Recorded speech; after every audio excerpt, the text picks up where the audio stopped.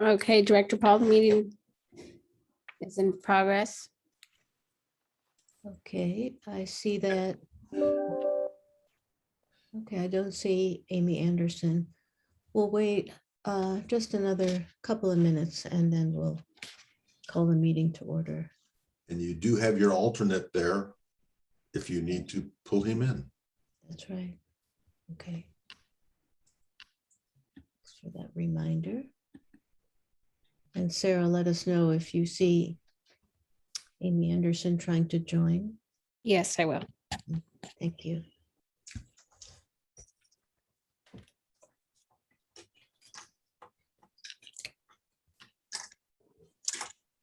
Chair Edwards, it looks like you might you might be needed to serve as an alternate.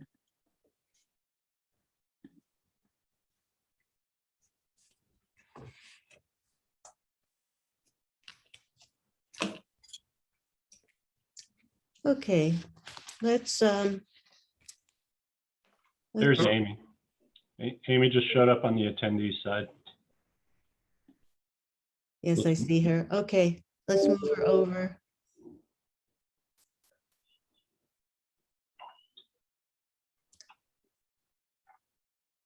Welcome, Amy. And Amy, you are muted.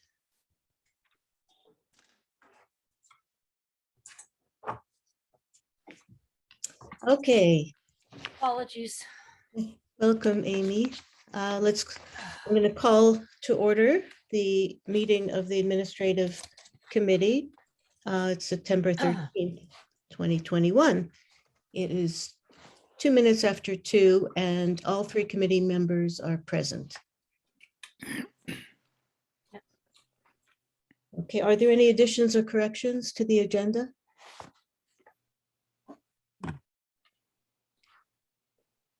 From staff, I don't hear any.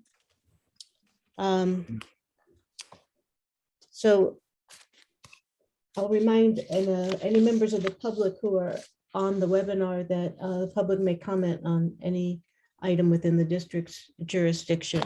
If you'd like to make a comment to the committee, please raise your hand or make your desire to speak known. If you're on the Zoom, you can use the raise hand function. I see no raised hands, Director Paul. Okay, thank you. All right, let's go to item 1. The agenda, the minutes from the August 9th committee meeting. I do not have any corrections. Are there any corrections from staff or the other directors? Not for me. Okay. All right, do we have a motion to adopt the minutes? So moved. Thank you. I'll second it, and let's call the roll, please. Director Malik, Yep. Director Anderson, Yes. Director Paul.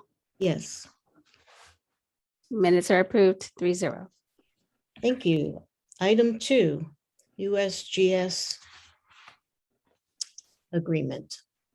Yeah, we'll hand this item over to John Lear. Okay, thank you, Suresh. This is a funding agreement that the district has historically entered into with the United States Geological Survey. The USGS operates 2 gauges on the Carmel River, Robles del Rio gauge and the Near Carmel gauge. It's 2 of the gauges on the main stem of the Carmel. The district operates the rest of the gauges in the district. These gauges have many purposes. Their data are used for development of the groundwater model. They were used for this particular gauge, the Near Carmel gauge, is used most recently in the forbearance agreement for retiring of the pumping at Rancho Cañada Golf Course, to look at the effects of the removing of the pumping. And so this is an annual thing that we do every year. It's a common agreement that the USGS enters into with state agencies, and that they do this, all around the country. And so the cost does go up with the cost of federal inflation each year. So the cost this year, and you can see from the letter that was sent to us, which is Exhibit 2A, is $16,890. And the recommendation would be that the committee recommend that the board authorize the general manager to execute this agreement. And if that is the recommendation of the board, staff will finish up and close the loop and sign the contracts and move on with next year's water year of stream gauge monitoring. And with that, I can answer any questions. Any questions? Director Anderson? Yeah, I'm curious about this. I have a question. So this isn't, the data that are gathered at these gauges aren't automatically collected and somehow electronically submitted, or is this a lot of personnel cost, or what's involved in the 24,000? So there are a couple components, I think, to your question.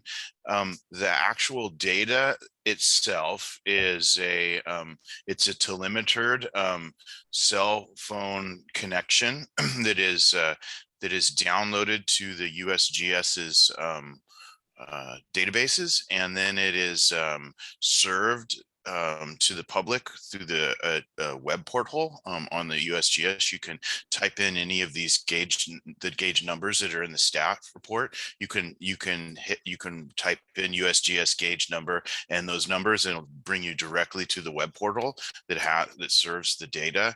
The component is staff time. The way that the stream gauging works is it has you have a pressure transducer that senses the depth of water in the stream channel. But what you have to do is send field personnel out to measure the corresponding flows related to what that depth corresponds to. So you have a stage. It's called a stage discharge curve, where you have stage on one side and discharge on the other axis. And these relationships change as the channel of the rivers change. During different floods, they can scour, or you can accrete material on the bottom of the channel. So you have to go out and constantly be measuring and seeing how to shift your measurement and the data back to fit onto that stage discharge relationship. So it's not kind of a set it and forget it and then it just reports to you. It's a constant maintenance of the rating curve, it's called. And so this is what we do at our gauges as well. We actually have our program. We go out and monitor, take a flow measurement once a month at all of our gauges, and then you try to take flow measurements on the receding limb of the large flows. So some of it is also not knowing how much it's going to rain and how much storm monitoring you're going to need to do in order to understand how the stages are shifting when you get changing conditions in the channel. And actually, this is recognized too with our ASR environmental impact report. We're required to go pick 5 critical riffles and monitor them for fish passage as we get to the lower flows in our permits.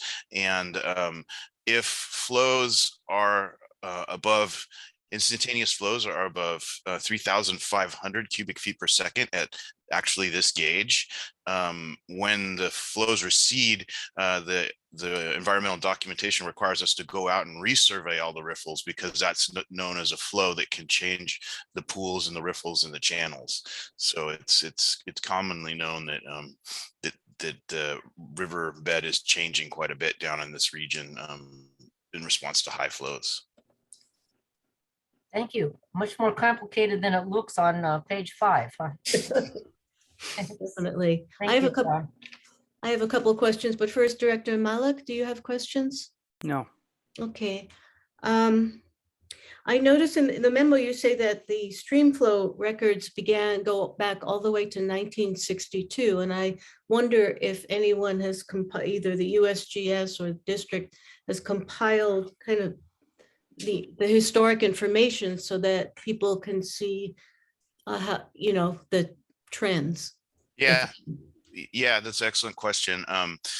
The two gauges that the USGS has been occupying did start in the early 60s, as well as Robles del Rio, I think, started in 64. The way that the USGS releases their data are after the close of the water year, they go through and re-audit, and then they do what they put out what's called a finalized version. So you do have real-time data being reported out to us that we can use for making decisions for operations, say ASR. But then the USGS will go through and publish the data, and through the same web porthole, it's available for any member of the public. The district does have all of the published data in-house and does keep that, keeps the USGS data updating in the same database. We keep our stream flow data in, and we do go through the same process of auditing at the end of every water year and then publishing what we call the finalized record. We developed our program based on using the USGS protocol. And actually we have used some of our water rights are keyed off of the Highway 1 gauge, which is just downstream of the near Carmel gauge.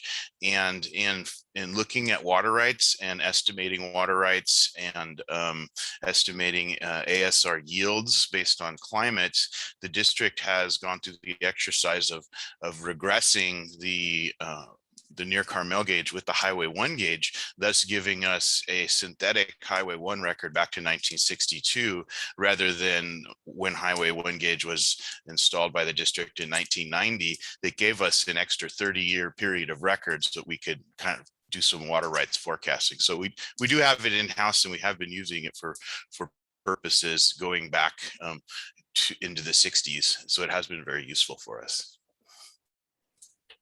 Okay, but it's not in a format that would be easily viewed and understandable by a lay person at this point, the stream flow. I think it, I mean, we have it in a spreadsheet and a graph. But when you have so many years of records and you put that many years of records on a graph, it can become very busy. Yeah. And so, it's kind of useful. We get requests from consultants for it, but they'll want, this is a daily average stream flow value record. Sometimes we'll get requests. Sometimes people will look at this record set and say, I'm really interested in these set of days. Can I have the 15-minute data? So they'll want to know what was the instantaneous flows and then the difference between the daily. So it is used and useful, but it is fairly busy if you try to look at it all at once. Yeah, I understand. Thank you. And then my other question is, what is the role of the Monterey County Water Resources Agency? I know that you said that in the memo, it says that they fund the Robles del Rio station, but how do they come to be involved in this? Why are they involved in this? And I think, and maybe I'd ask Dave to elaborate on this for me, because you probably know more, but they're the flood control agency on the Carmel River, where the district is the water resources agency. So there are some differences and overlaps of authority on it. And so there is interest in generating data that allows the county to do their flood control operations, because they need to know the flows. And that's, also why they have chosen to fund the Robles del Rio gauge, because it's right at Esquiline Bridge Road, which is where a lot of times that the Carmel River is going to flood, it floods those neighborhoods. So, but that's my understanding. and if there is a flood, what did they do? Well, there's if there are floods, they'll come down and help place sandbags. They'll get the California conservation workers, and they'll fill sandbags and place sandbags and try to keep the water from breaching into the neighborhood. Mhm. Okay, thank you. And sorry if that took us a little bit far afield. Okay, any further questions? Do we have a motion to make a recommend? Well, I will move that we recommend approving the agreement to the board. Second, Okay. Let's do a roll call vote, please. Director Paul, we need to open it to the public. Thank you for the reminder. Are there any members of the public that would like to address the committee on this item? If so, please raise your hand. I see no raised hands, Director Paul. Thank you. Any further discussion? Okay, now let's do the roll call vote, please. Director Malik, Yes. Director Anderson, yes. Director Paul. Yes, Motion passes 3-0. thank you. Okay, item 3. Excuse me. Bless you. This next item is John Lee again. Yes, okay, thanks, Suresh. This is a follow-up of an item that has come through the Water Supply Planning Committee. The district had drilled a number of wells in the mid-90s out through the Fort Ord area to understand the stratigraphy or the structure of the seaside basin in the northern, what's called the northern coastal subarea. Fort Ord 9 was one of these wells that was drilled. They were drilled, they have what they're called dual completion wells, where they'll have a completion in the shallower zone and a completion in the deeper zone. These wells since then have been used by the water master since 2007 to monitor, where they we take quarterly water quality samples from these wells. And in the last recent sampling events of Fort Ord 9 shallow, we had been seeing some increases in salinity.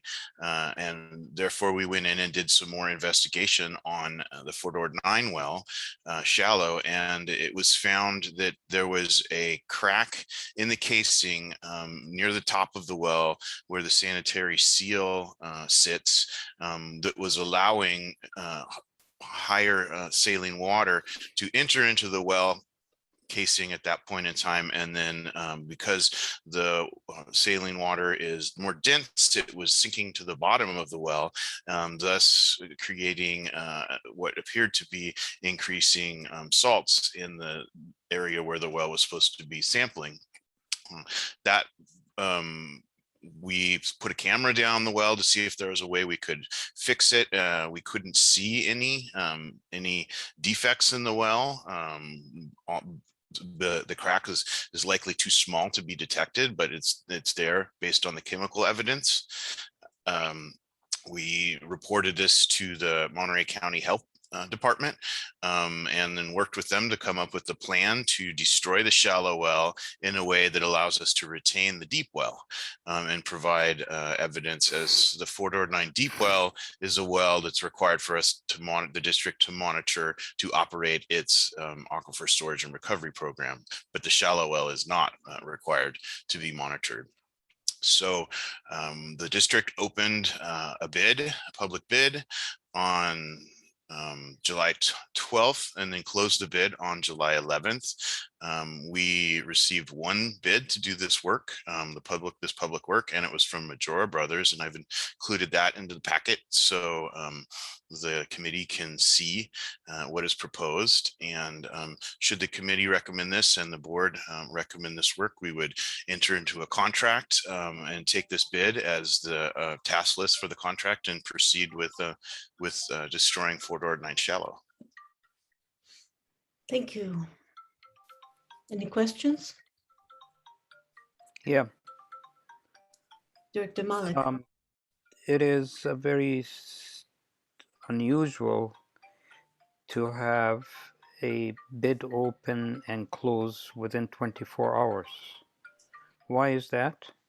It was opened on July 12th and it closed on August 11th. Oh, excuse me.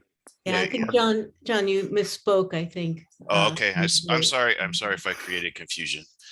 Okay, thank you. Other questions?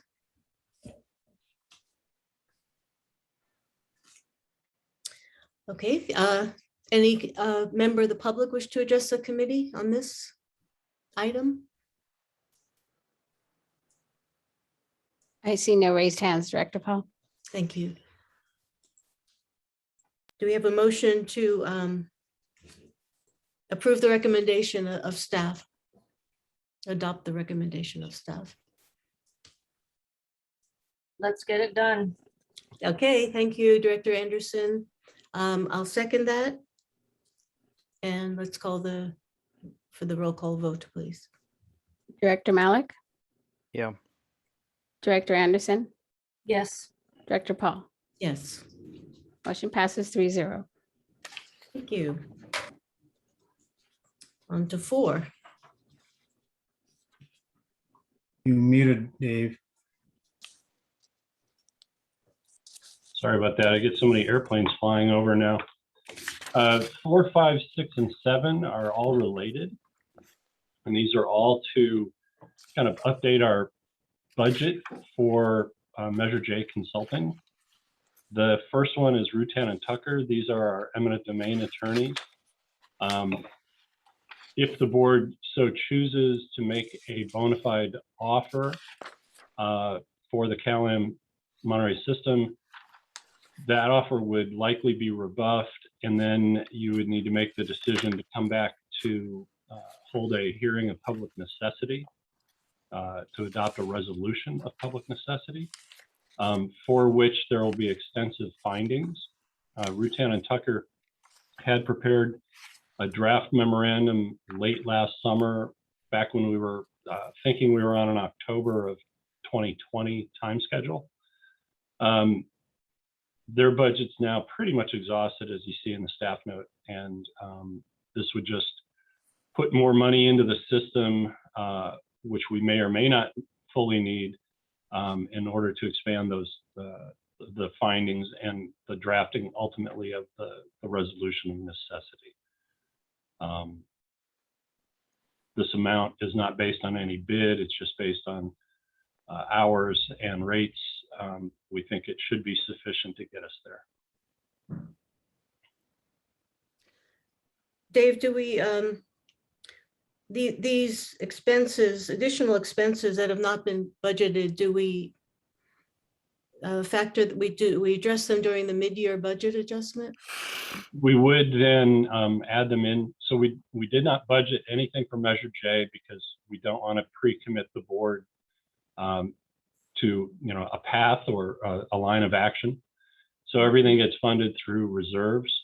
But once you do adopt and we open up a requisition, if it's new or add to an existing requisition, then yes, we would put them into budgeted amounts for the mid-year budget. Thank you. Are there other questions on this item? Or I guess, are we going to go item one by one? Dave, just one moment. Yes, for AdCom, we will. For the full board, it'll be a single action item unless someone on the board wants to pull one out separately. Okay, yes, thank you. Director Malik. I'm not privy to all the whereabouts of Measure J and expenditures of various items, especially those items on this agenda. And I don't know if this is the right time to explain to me why are we spending all this money? Yeah. In this packet, item 12 is a summary report of all the money that's been spent or budgeted and spent for Measure J. So Exhibit 12A has a kind of broken it into a couple of different phases. We had our base phase, which was through the economic feasibility report and presentation. Then we've got the current phase that we're in. Nestled in between the two is the CEQA litigation that came along, for which we had a hearing about a month ago. I think the transcript just got produced today or Friday. Yeah, so why, the why is in order to, if the board should choose to proceed, they will need to adopt a resolution of necessity, which, as I mentioned earlier, will have extensive findings as to why it's in the public interest.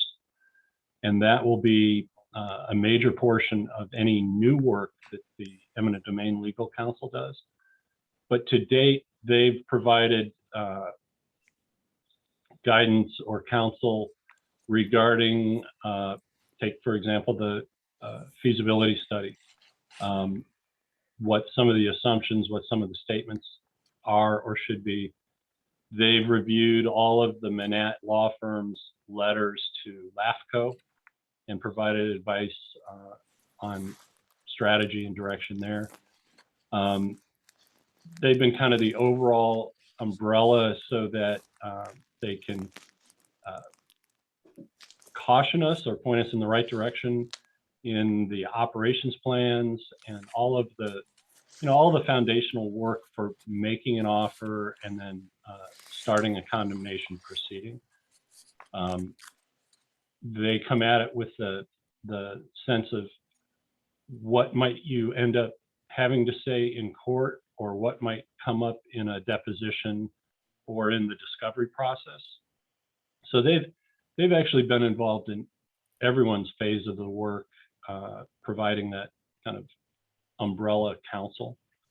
But this will add on top of their 165,000 that's already been expended to date. They were 100,000 budgeted in the first phase, with like 160,000 actually expended. And as you can imagine, as things get dragged out with the additional time, the addition of 7 to 8 months with the LAFCO process, and the letter writing productivity of George Soniff and his colleagues at Manat, time is always the enemy of costs because just more and more gets piled on top. But as I said, if the board wants to be in a position to actually either A, make an offer on the system, or B, initiate a condemnation proceeding, that's where all of this work will come to rest on paper that people get to see. But there's been a heck of a lot of work to date that you haven't seen any reports written on. There's a lot of attorney-client correspondence that's taken place.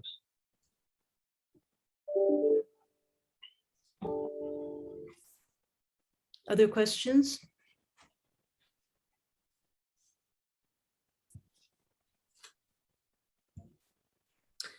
And the July and August invoices, you say in the memo, haven't been reflected in that yet. That's right. And through the end of July, we still had just under 60,000 left in their budget. And based on work that we've had in the last couple of months, I don't expect their invoices to use up that full 60,000. So we should have a surplus coming from that phase 2 budget. I just don't know yet. But the time is now to put some more budget in, since we're doing these other 3 at this time. Yes. Is this? Yes, Director Anderson. Is this mostly repeated work or just additional add-on work to update? Yeah, all of these are additional add-on work.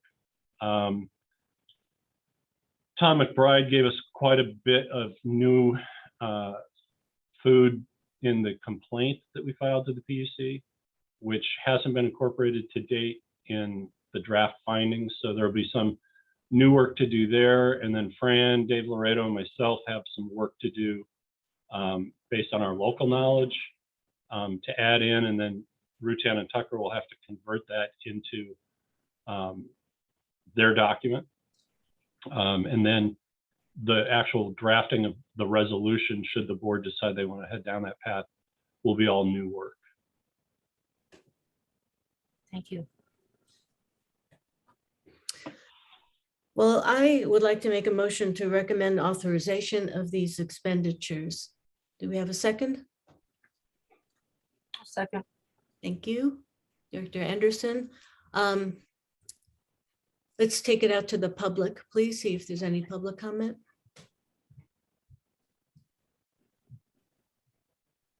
I see no raised hands. Okay, thank you. Then let's have a roll call vote, please. Director Malik, Yeah, Director Paul, Yes, Director Anderson. Yes. Motion passes 3-0. thank you. Next one. Okay, this is in the same vein, if you will. This is really caused by the LAFCO delay. So Raftellus, in addition to doing the economic analysis and cost of service study,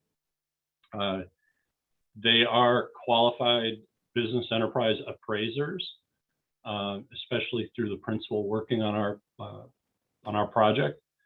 And they were ready in October to issue an appraisal, which would have been good, you know, for another 6 months from October, but we're well past April of this current year. And so they're going to need to update their work. There's still no settlement or decision issued in the current general rate case, but you can see from their scope of work that they're going to try to update work based on data that they would find in the general rate case. This item and the next item go hand in hand with our MAI appraiser for the real estate assets. And again, their data is now stale. As you know, the market has really changed. So they need to update their work. So you can, and then part of the Raftellus work will be, again, to then check the financial analysis that they do will include checking their work on the cost of service study to once again affirm that it, you know, the proposed purchase price, that there's still savings to the ratepayers, that it's still economically viable. And then there's some additional work that we will ask them to do kind of that shouldn't be talked about. That's why there's some redactions in their in the exhibit, which would relate to our strategy for the real property negotiation and the likely ensuing litigation. But yeah, this is solely to catch back up because LAFCO took such a leisurely path. I noticed, so they have done one visual inspection of the system and they will have to repeat it, or they'll have to do. Yeah, so that's more likely related to item 6, where even during COVID, because Mr. Carnegie is from the Silicon Valley area, South Bay area, he was able to drive down here and locate many of these parcels and take a look at what's there. At some point, the district's team, and this would be likely after the district files a condemnation action, but before the bench trial, we would be in a position to actually ask for on-site visual inspection. To date, the company is able to just say, no, you can't come on our site. So these have all been kind of drive-by related. Raftellus, when they were here doing the economic analysis, had the opportunity to see a few of the CalAm sites. but they really haven't done any visual inspection. And so there will be, at some point you need to nominally adjust your value based on the condition of the assets. And so at some point we're going to, and there's a legal process for doing that, for gaining entry. And, I think in Apple Valley's case, they scheduled it across one single 2-day period. It'll be challenging to do it in 2 days here, but there are, there are teams basically, just as an example, this isn't to say this is who we would use, but Jacobs Engineering, who we've used for discussion of private operations, they have a whole team in place that they just drop in, like the flotilla comes in and they review all the assets and mark all their value to, what they've learned on site. I know one of our other consultants on the operations side did the Apple Valley tour, and they put together a team of folks. So the actual on-site will happen once a legal proceeding is filed. But for the real estate appraiser doing the drive-bys, just as a simple example, if there's a tank on a property and it's highly likely to remain as a tank, even though you're trying to value it based on an alternative use as a vacant lot, most of those won't have a purpose as a vacant lot, couldn't build a house on it. Whereas there's some seaside properties that are actually formally residential lots that if there was no cease and desist order, I think Cal-Am could even look at those and say, well, if they're worth more with a meter, so let's lift the cease and desist order, lift the moratorium on the setting of new meters, get meters set, and let's sell those because they're residential home lots that ultimately the company's probably not going to need. So that's the kind of thing that our real estate appraiser has already done some of, which is just driving up to a lot, looking over the fence or peering through the gate. Yeah, thank you. I understand what you're saying about the real estate appraisal and the inspection, but I just want to note that in the scope of work for Raftellus, the first, it does say that they want Absolutely. to complete a visual inspection of the system. Yeah, and I guess what I'm telling you is it'll be probably twice.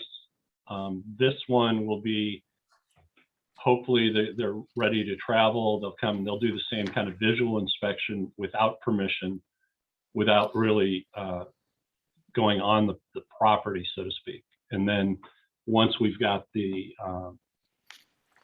if you choose to file the condemnation proceeding, that's when we'll have the formal opportunity. So if you look at their proposed scope, I thought it was unclear as to when or which they intend to do.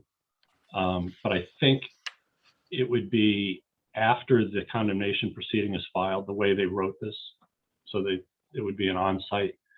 It's just not clear to me that they're going to have the engineering expertise to put a value on it. What they do, one of the things they've done is they've used the existing replacement cost information that's available. So it's replacement cost new less depreciation is one approach. And so it's that new less depreciation that they need to confirm that the data that they've gotten, which may say that it's a 50-year pipe with 30 years of life already gone. They just want to confirm that kind of thing. And so, but pump stations, tanks, things that are going to actually require getting onto the property is just something they won't be able to do until we're at that point where we file. I see. Okay. Other questions on this item? Director Malik? This is a build, this appraisal is built on a previous appraisal, correct? Correct. So they are not starting from scratch. That's correct. How much was the original appraisal? Well, So if you were to go back to that 12A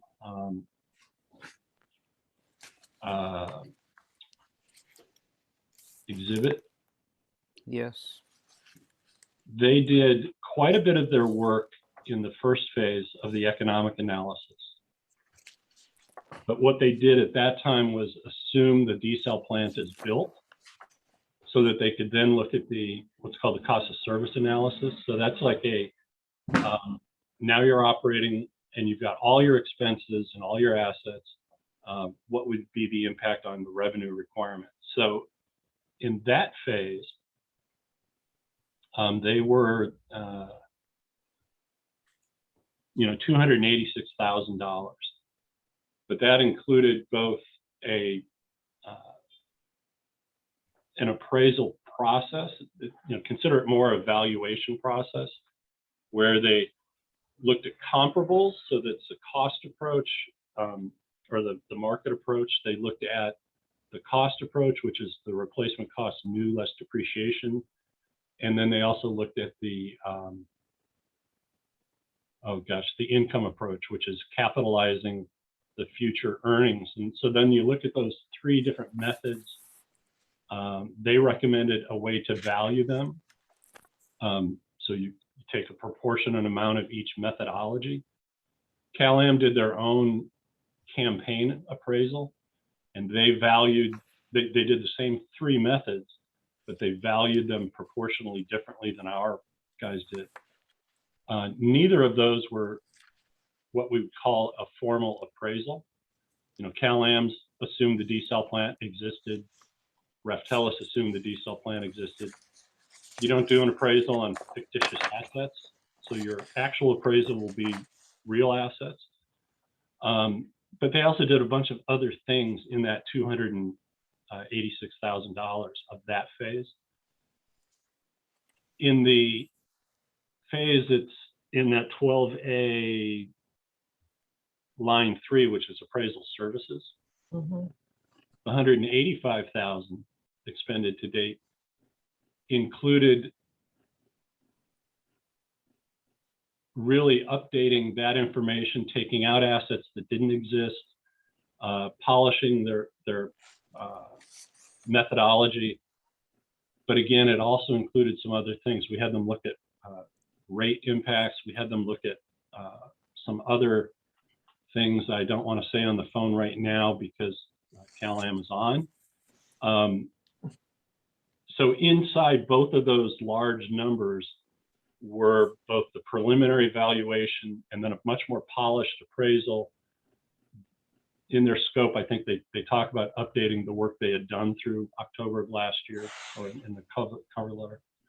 But I can't just give you the piece that was solely related to the valuation or the appraisal work because of these other things we had them do. So the current proposal is I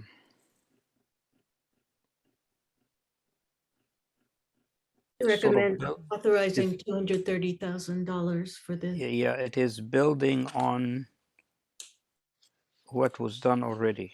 So this current proposal is even more expensive than the amount that they spent before, correct? not exactly comparable, is it? It's not, because again, when you look at their services, so let's go back to Exhibit 5A. Item B and item C are the updating. The information gathering and review, this, as I mentioned before, the visual site inspection and so forth, that's likely going to happen a little bit after the formal. And then the water rate study, there's a lot of work in there that may or may not actually happen. Dave Laredo and I need to get together with our outside counsel, Michael Colantano, to actually get a clearer path on whether we can do a Prop 218 rate setting. So you see in their first line under task 2, it's, that would be allowed under Prop 218. We've expressed a desire to do the rate setting contingent upon the acquisition. But it's unclear upon a further read of the law whether you can do a negative protest hearing process on assets or on rates for a system you don't own. And so we need to kind of finesse the timing on this. I know that when Ojai did theirs, they actually took title and then did the protest hearing process. And so there's a little grace period in between there. And then you can see in the cost of service analysis, there's a little bit of something redacted. Rate design, there's a little bit redacted. So this is some new work that's kind of been informed by the letter writing of the opposing counsel and some other things that's become apparent that if you do want to head down the path of the condemnation action that we're going to need in our back pocket, if you will. Why are these items redacted? Trying not to describe some strategic things related to the litigation and or the real property negotiation. So the district redacted these, Yes. not the letter, not as it came from Raftelis. Correct. The questions? Or comment? I hate to spend money, I know, so I know. and especially if it's Yeah, a significant amount of money. No, and we're already about $1.7 million into it, $1.6 million and change. So, and this, you know, this is really part of the strategy of opposing counsel is to bleed us. You know, if you look at the letters that we've had to respond to for LAFCO purposes, you look at the CEQA lawsuit, you know, we're spending money that is necessary because of what's happened, but what's happened wasn't necessary. So. In other words, opposing counsel is driving up the costs. Yeah. And driving up the costs. Yeah, I would say that there are some things we have to do. For example, defend ourselves against the CEQA challenge. You know, we just have to. yeah, but you know, I would say at the end of the day, we've already reacted to certain things that cost, you know, in the tens of thousands of dollars just to be responsive. And then we've lost time.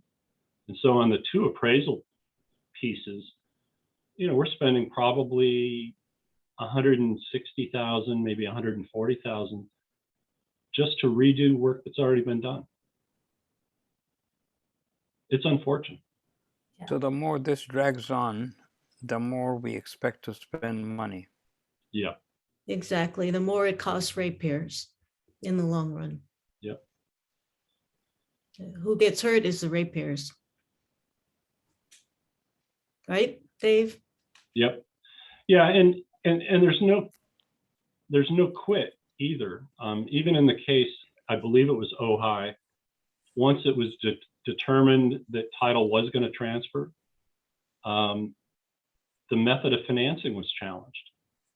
They were going to use a Melrose Community Facilities District to issue debt to pay for the acquisition costs. And so then the company in that case, not Cal-Am, tried to sue over the method of financing. You know, different ways you can try to kill a project. Same thing happened in Missoula as well. So do we, in the long run, do we budget for such unforeseen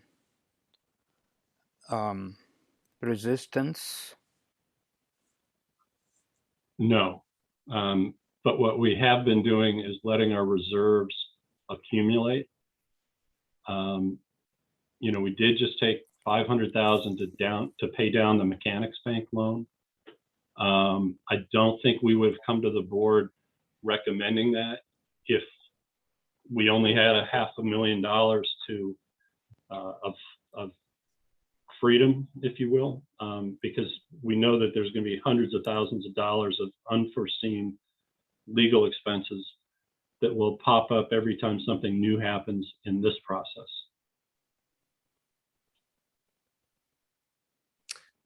So do we Well- have, I hate to use this word, but do we have a war chest? Your CFO is smiling. Yeah. You want to answer that one, Suresh? You That's don't your- have to that's answer. your You can question. take you can take the fifth if you want to. Those are the things the GM and CFO quite frequently talk about. We think we're in a pretty good position.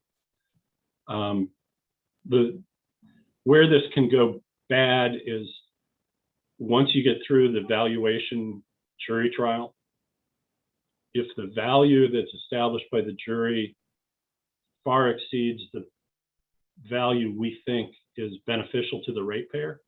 Dave, I'm gonna cut you off here. Yeah. We are going a little far afield. Yep. Thank you. Well, except to say that that's when the award of opposing legal expenses would happen. Okay. All right, this is a discussion that I'm sure we'll be having again. When are we going to have that discussion? Well, I mean, as things have in response to, as we move forward and as things get done. And, as we Yeah, move so through the process. and We we should- will need to come to you as the board for permission to make an offer, which is not the initiation of the condemnation proceeding. It'll be separate. So there will be a closed session where you'll get to see all of the work of these folks and what supports the price that's going to be offered, what's in it, what's not in it. So you won't be in the dark. It's just right now you're signing on for a bunch of work that is a little bit dark right now, but you will have a chance to see everything. So let's move on. I'd like to move that we recommend authorizing these expenditures in item 5 for the Raftalis work. Second, I'll second it. thank you. Shall we take it out to the public? Is there a member of the public that would like to address this item? I see no raised hands. Thank you. Let's do roll call vote, please. Director Malik, Yeah. Director Paul, Yes. Director Anderson. Yes. Motion passes 3-0. Okay. The next one. Another one, and this is Chris Really? Carnegie, member of the Appraisal Institute, or whatever MAI actually stands for.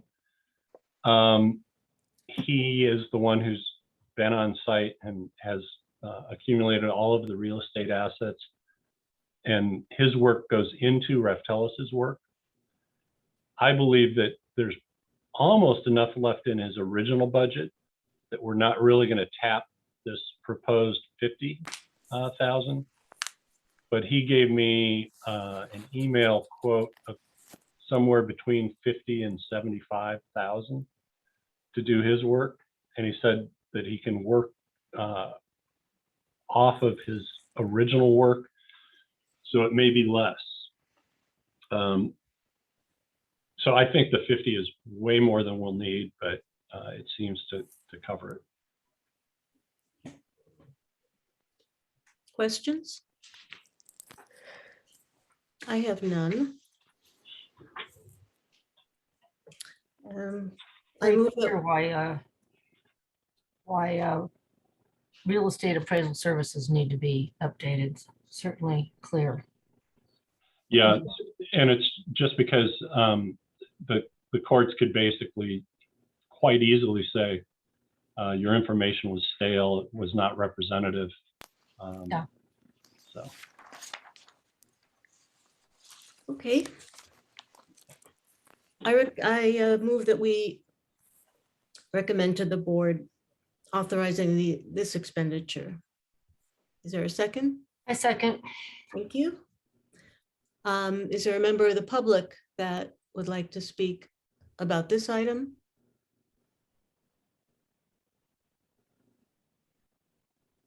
I see no raised hands, Director Paul. Thank you. Let's have a roll call vote, please. Director Malik, Yes. Director Anderson, Yes. Director Paul. Yes. Motion passes 3-0. All right, the last one. And this is for survey services. So you may recall in our resolution to LAFCO, we clearly identified all of the parcels that are subject to annexation. And we had maps in there and it was all very pretty. But the State Board of Equalization doesn't accept pretty maps. They need a written legal description.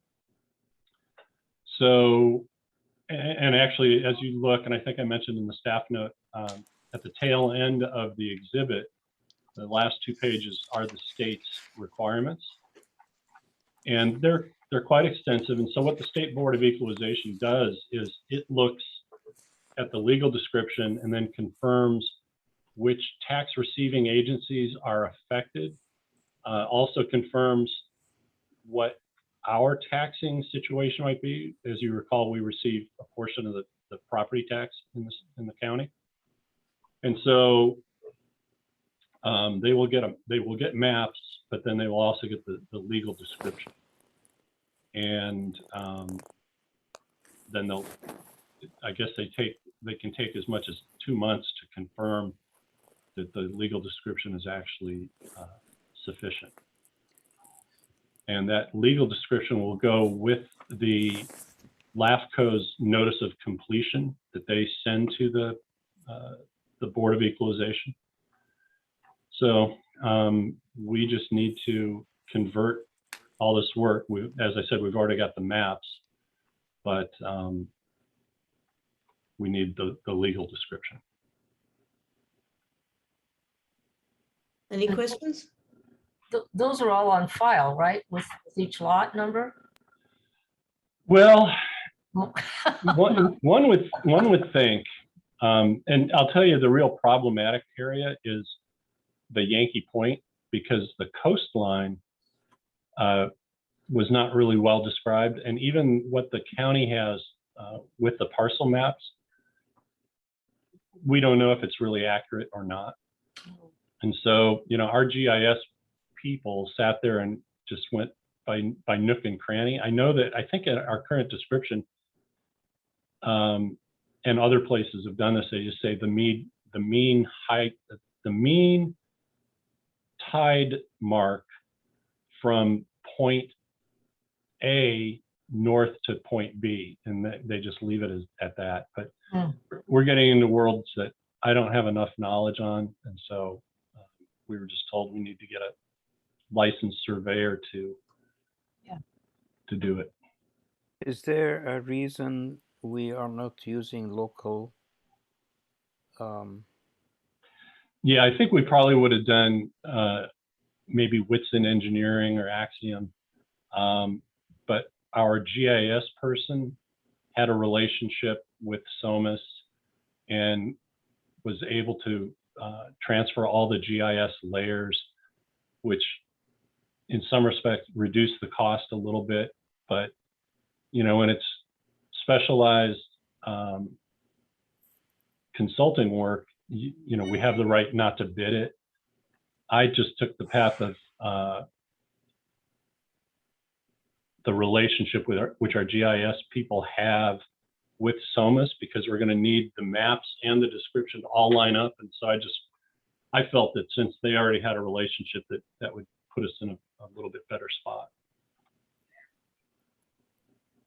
Good question. Other questions? Then I move that we recommend authorizing this expenditure described in item 7. Will one of you second my motion? I'll jump in again. Thank you, Director Anderson. Is there a member of the public that wants to speak to this item? Oh, if I could, I just want to add something. I think it was Director Anderson said, well, don't we already have all that from the assessors? And somewhere in here, the Board of Equalization says that assessors parcel maps will not be accepted. And so it's one of those things where you have to redo somebody's work. Yeah. Thank you for that. Yeah. I guess they consider them not sufficiently reliable. Okay, let's have a roll call vote then. Director Malik, Yes. Director Anderson, Yes. Director Paul. Yes. Motion passes 3-0. Okay. On to item 8. All right, directors, this is mine. So this is as a result of the recent surge in ransomware activities, and I'm pretty sure that all of the directors may have read articles on Colonial Pipelines, and there was another IT company that got hijacked with the data side of it, their network server. So it kind of like creates an awareness within the IT infrastructure. And so what we would like to do due to the result of that surge in the ransomware activities, we'd like to get a network security assessment completed on our IT infrastructure and have the network security analyst kind of like look from an outside view and just see if there are any security gaps in our IT infrastructure. And I'm pretty sure they are going to be identified. Some security gaps. There may be some low-hanging fruit that may easily be rectified. There may be some that will require some labor-intensive work to kind of like get those gaps completed. But nonetheless, we'd like to know if there are gaps that are within our IT infrastructure. And so we went with our IT consultant, Devera, and said, hey, we'd like to get this thing completed. And one of the reasons why we want to go with the existing IT consultant is because we don't like third parties just introduced on our IT infrastructure network. We don't want anybody just having their hands on our system. So we'd like to stay within our existing IT consultant, and they definitely are capable of doing it.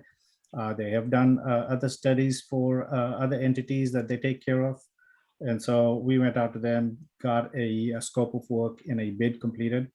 The bid came out to $12,000. That attributes to about 200 hours of the network security analyst looking at our IT infrastructure in detail and identifying if there are going to be or if there are any gaps, and then writing a report. And it's going to entail 2 different versions of the report. One is going to be a detailed version of the report, and then there's going to be an executive summary. We will share the executive summary in the public setting, but the detailed version will only be shared with the board, probably in closed session or something. And the reason for that is because if there are gaps identified, we don't want that publicized in the public domain at all. So that's one of the reasons why we only want the executive summary shared in a public domain, and then the detailed version just kept private. But that's what this study will entail. Is to get a network security assessment report completed for $12,000. I'm asking for $15,000. $3,000 is contingency just in case they start working on it and there are more meetings than what we had envisioned. And so the $3,000 would cover the contingency part of it. So this is the $15,000 network security assessment study. Thank you, Suresh. The only thing that surprises me about this item is that this security assessment is not already included in the scope of work that our IT consultants are already doing. but I take it this is another level of assessment. Right, they provide the managed services and backup services. The network security assessment is kind of like a separate animal altogether itself. It is a specialized study, and it is never included in the managed services. You kind of like have to request for it, and then they basically provide that as additional cost. Thank you. Well, it certainly sounds like something that we should do. Any questions or comments from directors? I'm very glad to see it.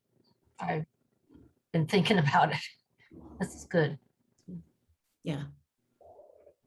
Security is a big issue for all the public utilities. It is, with the recent surge in how companies are getting attacked. That's actually been on our minds as well. Yeah. Glad you're thinking about it. Well, I move that we authorize that we recommend to the board to authorize the expenditures requested. I'm happy to second. Thank you. Any comments from members of the public on this item? I see no raised hands. Then let's have a roll call vote, please. Director Malik, Yes. Director Paul, Yes, Director Anderson.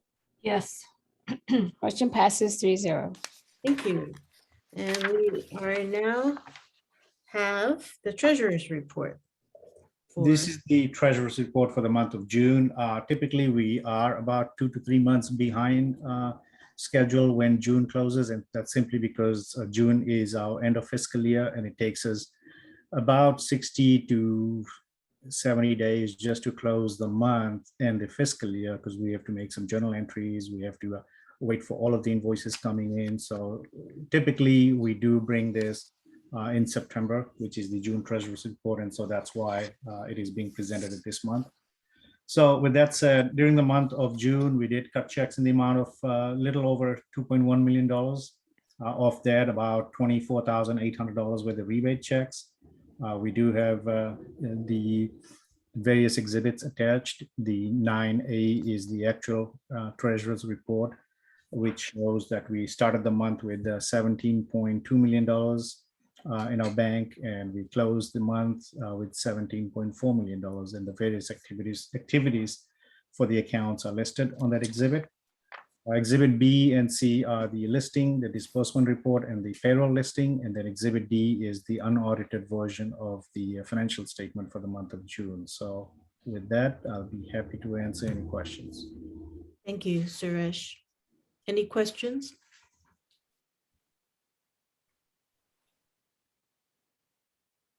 I have none. And I don't think it likely, but if there's any member of the public that would like to speak about this item, please let that be known. I see no raised hands. Thank you. Did we make a motion yet? Yeah. No. Have we made, yeah, we had the motion. Is there a motion on the floor? I lost track. No. No, okay, then I move that we recommend adopting the treasurer's report. Second. Okay, let's have a vote, please. Director Malik, Yes. Director Paul, Yes, Director Anderson. Yes. Motion passes 3-0. thank you. Item 10. So with the close of the fiscal year, we also have the fourth quarter investment report for the fiscal year. This is for the quarter ended June 30th. This goes in line with our investment policy, which the board gets to review and adopt every January of the calendar year. I'm happy to report that that this investment report does include the sufficient liquid funds to meet the anticipated expenditures for the next 6 months. And so that's in compliance with our investment policy. And also the investment report is also, the portfolio is also in compliance with the California Government Code within the permitted investments for our agency. So it does meet in compliance with the report.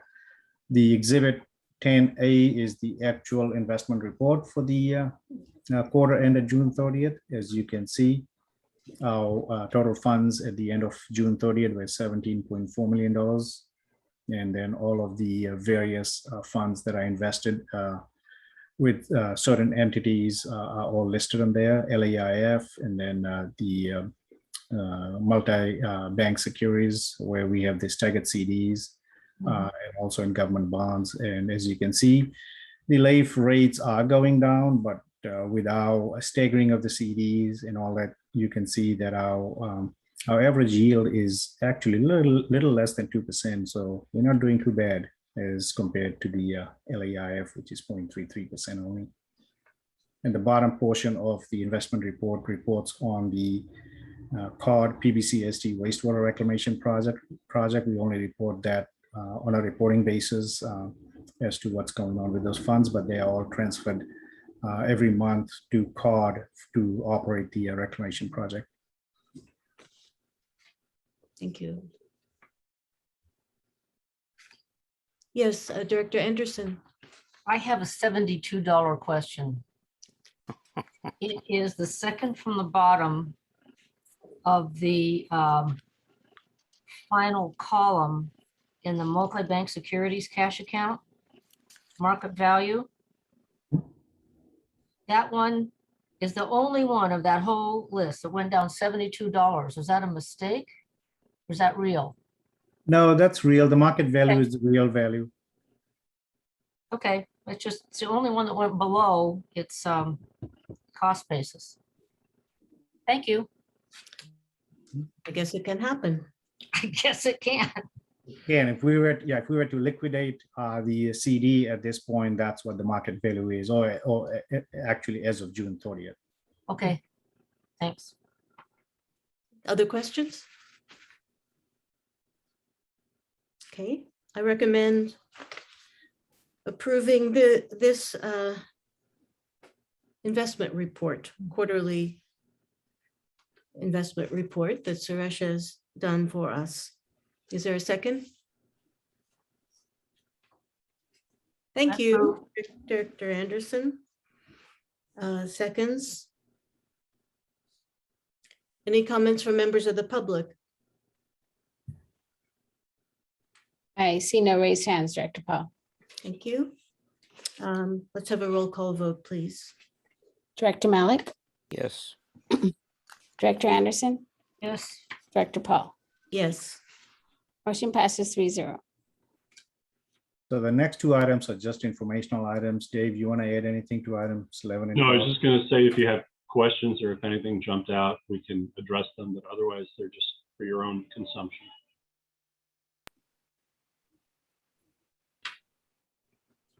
Any questions for? well, not for me. So you know, I do always look at the Measure J spending report. Sure. Always do. Keeping track. The legal expenses analysis thing is also interesting. Yeah, so let's turn our attention to item 13. This is something we report quarterly only to the administrative committee. It does not go to the board. I'm going to quickly share the screen on 13B. When Suresh and I got here back in 2011, there was a general sense that we were spending too much money on legal expenses. And you can see that beginning the 2012 fiscal year, we got things under control. Part of that was managing DeWay and Laredo attendance to committee meetings. I know that's slipped back up a little bit, but also looking carefully at our role in rate cases and other activities. In 2016, we had a significant increase because the Supreme Court decision in our lawsuit against the PUC came out.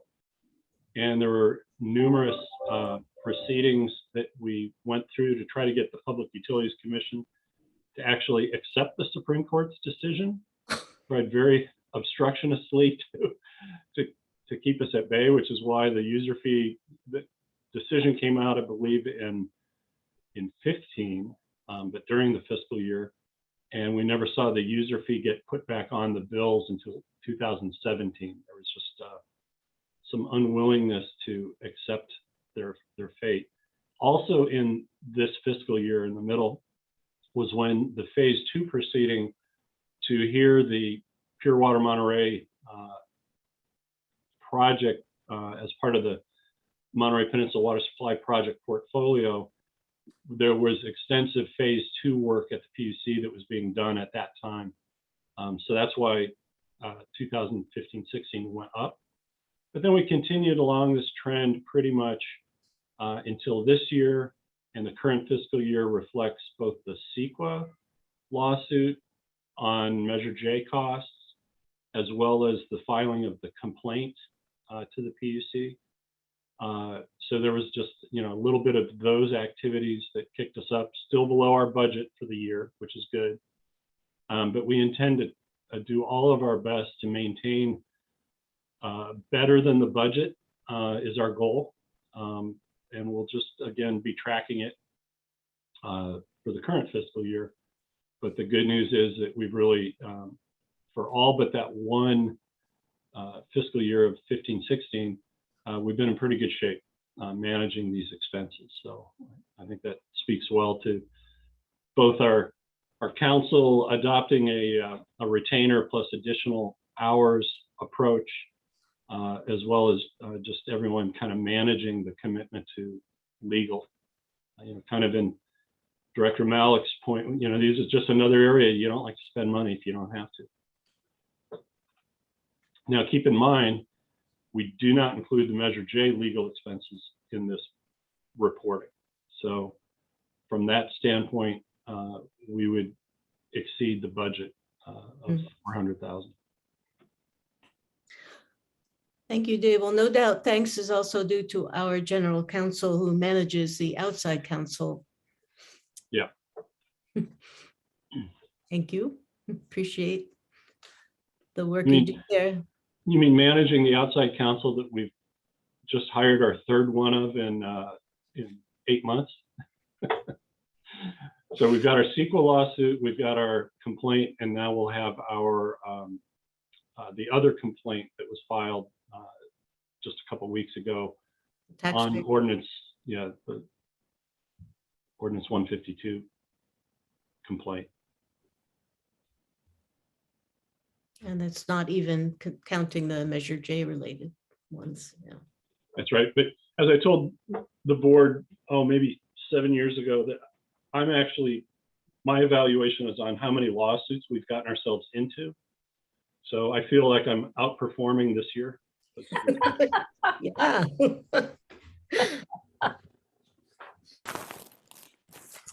And that's it on the report for item 13. Thank you. Thank you very much for that. Is there anything else we should know before we adjourn?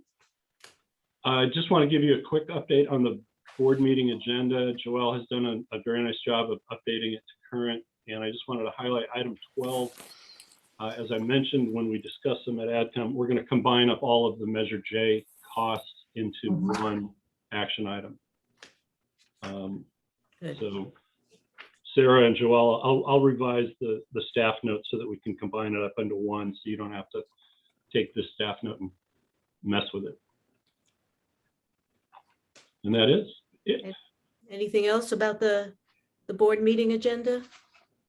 Nothing really special. The items 8 and 9 are annual, and just other than that, the only action items are the one that you heard about at the outset for destruction of corridor number 9 shallow, and the Number 11. item 11. There's a high degree of likelihood it will come off. We shall see. Or Dave, are we having a closed session? yes, we have yes. 2 items. Oh, so right, we hadn't added that. There will be 2. It'll be a 5 o'clock closed session. One is to discuss that taxpayer's complaint and the approach that Michael Colantano has advised Dave Laredo might be best. And then the other one is the continuing discussion of the complaint with the PUC. Very good. Thank you. Then, with that, the meeting is adjourned. Thanks to all of you. Thank you. Have a nice evening. Bye-bye.